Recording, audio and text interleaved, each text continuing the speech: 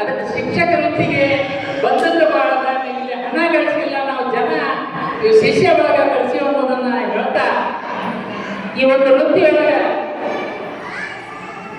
ಕೇವಲ ನೌಕರಿ ಮಾಡೋದಂತ ಸಾಕಷ್ಟು ಸಾಮಾಜಿಕ ಕಾರ್ಯವನ್ನು ಮಾಡಲಿಕ್ಕೆ ನನ್ನ ಸಹಪಾಠಿಗಳಿಲ್ಲ ಬರ.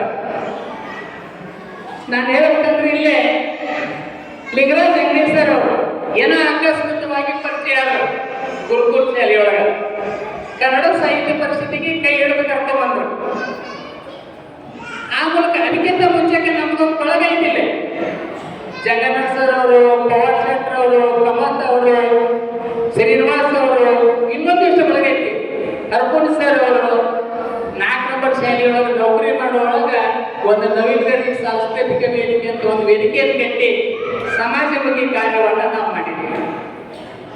ಆ ಒಂದು ವೃತ್ತಿ ಹಿಡಿದು ಲಿಂಗರಾಜ್ ಅಂಗಡಿ ಸರ್ ಅವರು ನಮ್ಮನ್ನು ಸಾಹಿತ್ಯ ಪರಿಷತ್ತಿಗೆ ಕರ್ಕೊಂಡು ಬಂದರು. ಈ ಎಲ್ಲ ಬಳಗದ ಸಹಾಯದಿಂದ ಒಬ್ಬನೇ ಏನು ಮಾಡ್ಲಿಕ್ಕೆ ಆಗೋದಿಲ್ಲ.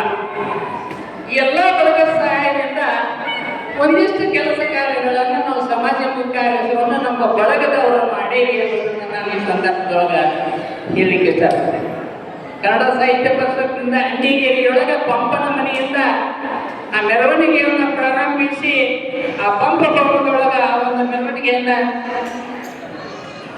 ಮುಗಿಸಿದ ಒಂದು ಸಂದರ್ಭ. ಅಂಡಿಗೇರಿ ಜನರನ್ನ ಶಿಕ್ಷಕರನ್ನ ನಾನು ಇವಾಗ ಸಂದರ್ಭದೊಳಗೆ ನೆನೆಸೋದು.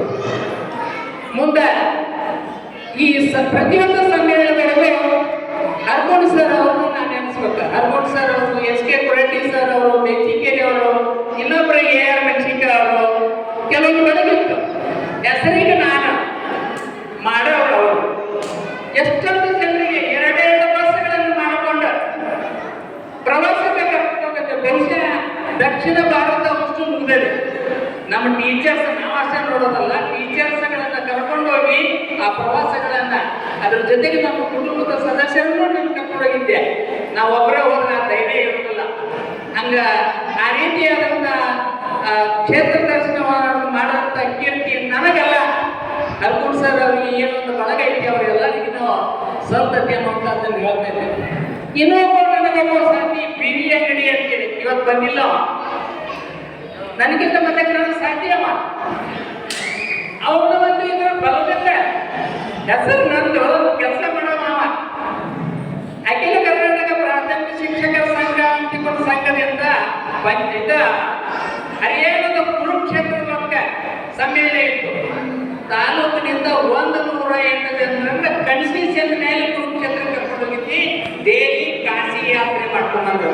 ನಮ್ಮ ಶಿಕ್ಷಕ ಏನು ದಂಪತಿಗಳು, ಕೆಲವೊಂದಿಷ್ಟು ದಂಪತಿಗಳು ಅಷ್ಟೆಲ್ಲ ಮಾಡಿಸುವಂತ ಅವಕಾಶ ಸಿಕ್ಕತ್ತೆ ಅನ್ನೋದನ್ನ ನಾನು ಹೇಳ್ತೇನೆ. ಆಮೇಲೆ ನನ್ನ ಇಲ್ಲಿ ಸಹಪಾಠಿಗಳು ಬಂದಾರ, ಬಾರಿಗೊಂಡವರು ಬಂದಾರ, ಆಮೇಲೆ ಇನ್ನೂ ಒಂದಿಷ್ಟು ಜನ ಇಲ್ಲಿ ಬಂದಾರ ಎಲ್ಲ. ಆಮೇಲೆ ಈ ಓಣಿಗೆ ಹಿರಿಯರು ಬಂದಾರ.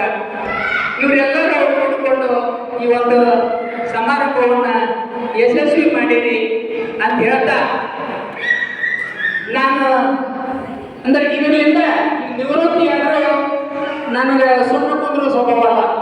ಇಷ್ಟೆಲ್ಲ ಕೆಲಸ ಮಾಡ್ಬೇಕಾದ್ರೆ ಇನ್ನೊಂದು ಹೇಳ್ಬೇಕಂದ್ರೆ, ನಮ್ಮ ತಂದೆಯರಾಗಲಿ ನಮ್ಮ ಸಹೋದರರಾಗಲಿ ಮನೆ ಜವಾಬ್ದಾರಿ ನನಗೆ ಕೊಟ್ಟಿದ್ದಿಲ್ಲ. ಮನೆ ಜವಾಬ್ದಾರಿ ಇಲ್ಲದಕ್ಕೆ ನಾನು ಒಂದು ಹೊರಗಿನ ಕೆಲಸ ಮಾಡಿ ಮನೆ ಜವಾಬ್ದಾರಿಯನ್ನು ಅವರೆಲ್ಲ ವಿಚಾರ, ಅದಕ್ಕಾಗಿ ನಾನು ಹೊರಗಿನ ಕೆಲಸ ಮಾಡಲಿಕ್ಕೆ ಅನುಕೂಲ ಆಗಿದೆ ಅನ್ನುವಂಥ ಸಂದರ್ಭವನ್ನು ನಾನು ಹೇಳ್ತೀನಿ. ಮನೆ ಕಾರ್ಯ ಐತೆ ಅಂದ್ರೆ ಹೆಚ್ಚು ಕಡಿಮೆ ಮನೆಯೊಳಗೆ ನಾನು ನಿಂತಿಲ್ಲ.